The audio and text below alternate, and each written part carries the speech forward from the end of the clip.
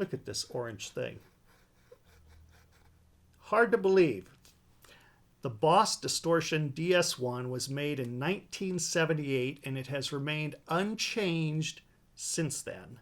It is Boss's most sold pedal, and there's good reason. It has been used by guitarists the world over, and it has been featured on some of the most iconic albums, live concert venues.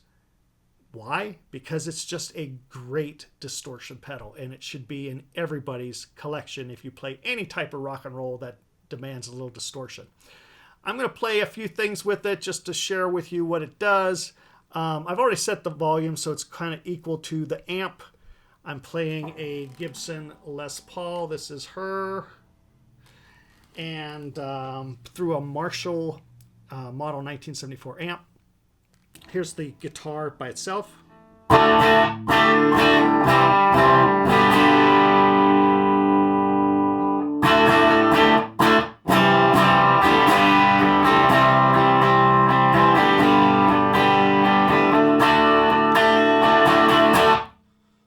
Here is the pedal on.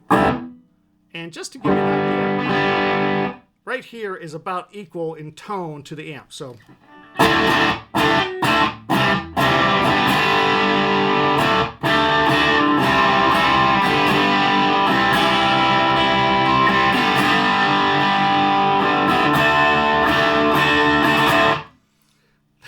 amazing, right? It just sounds great. You want to bring that tone down a little bit?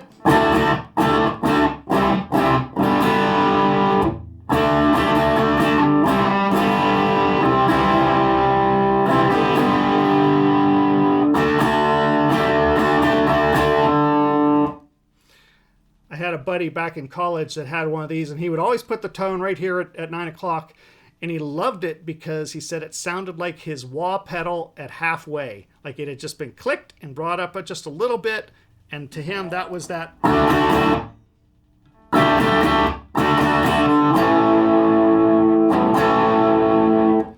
Anyways, let's crank this up to here. Let's let you hear that.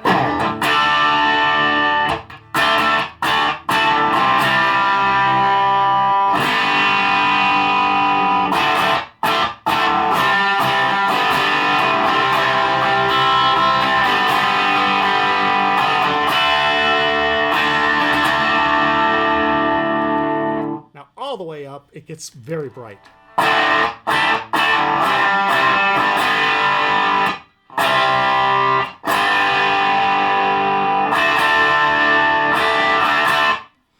Let's go back to where I like it, which is right about there. Let's go through the distortion. So here it is at 0. Stick it up to the 9 o'clock mark.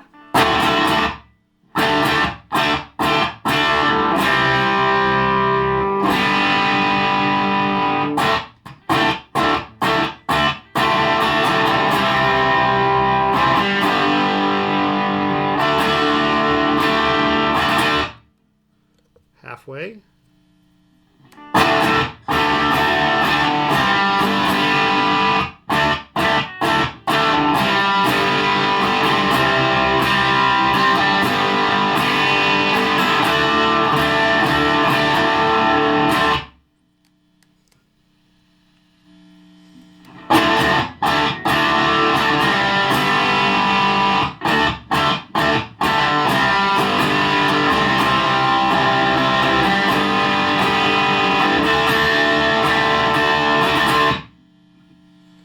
All the way up. Gets pretty noisy once you get past about here, but I just want you to hear what it sounds like all the way up.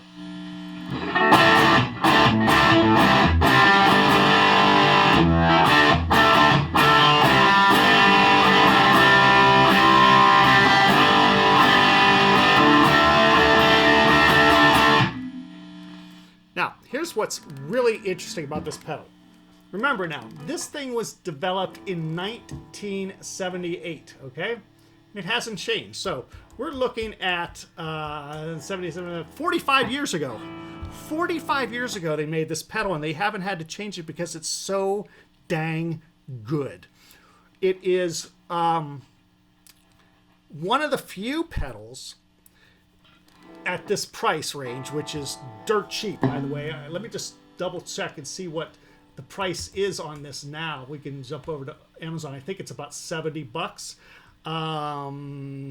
Boss DS1 is $63. Wow, $63. And you are going to get yourself a really fine overdrive pedal. Great distortion. But here's what's really nice about it. As you heard when I went through the distortion settings, you never lose that top end. Some less expensive pedals, as soon as you get into that heavy distortion, you lose the top. The articulation's gone. The clarity is gone. With the Boss, it's amazing. It just stays there.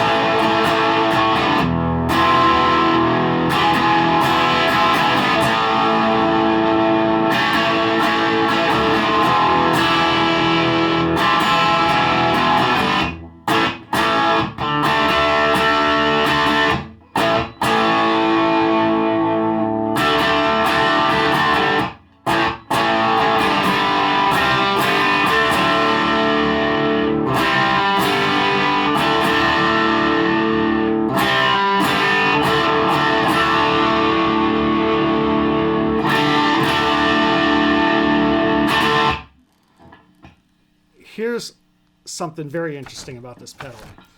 For $70, $62, I'm sorry, you crank this thing down here like this.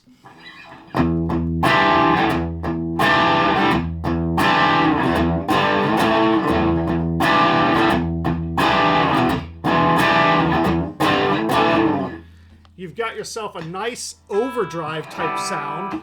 Let me turn this off. You get yourself a nice overdrive type sound. And on top of that, if you can layer it on top of another pedal, like I actually use this mostly with a Boss Super Overdrive. I think it's called the SD1, which is now like about $63, or you can get it used for like $45. And this and the SD1 combined with a nice reverb and a delay and a Gibson Les Paul is going to give you the Tom Scholz Boston sound, which is one of my favorite guitar tones of all time. But it is incredibly effective, this pedal, for blues if you want to stack it on top of something. Because even here with distortion at nothing,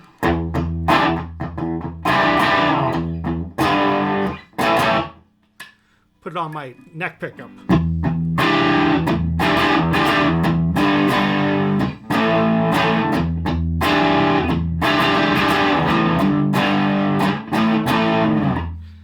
Add a little bit of distortion.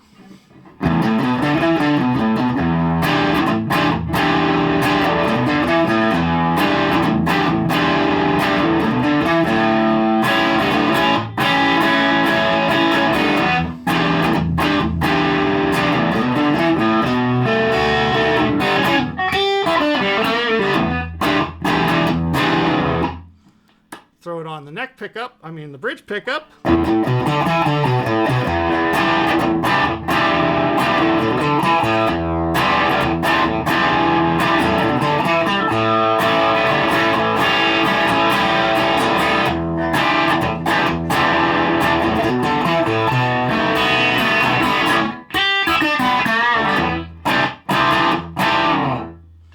Almost sounds like a heavily overdriven Strat, yet it's an old Gibson Les Paul.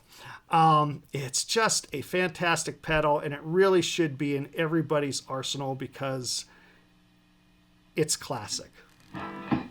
Almost 50 years old, and they haven't changed anything. Now, I should say that they make a Wazacraft pedal that's about, I don't know, $150, $160, $170.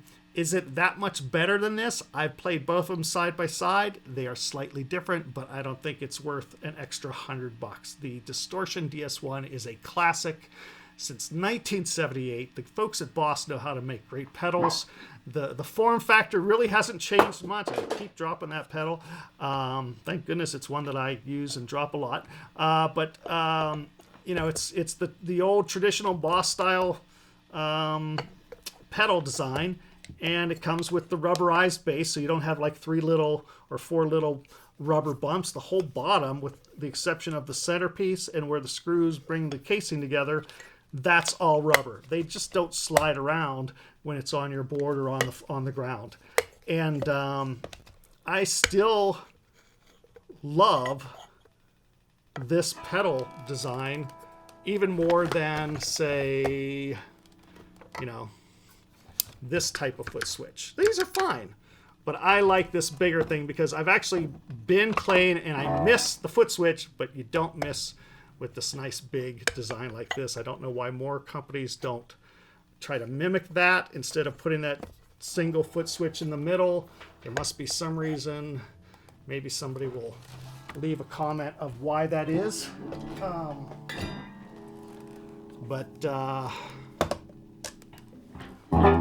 What a great pedal. Boss really hit it out of the ballpark with that one, and the longevity of the pedal is testament to how good it is. And actually, I think we have a little bit of time, or I have a little bit of time. This is a long video already, 12 minutes, but let's put a little low distortion on, and let's just play a little backing track so you can hear it with some other music.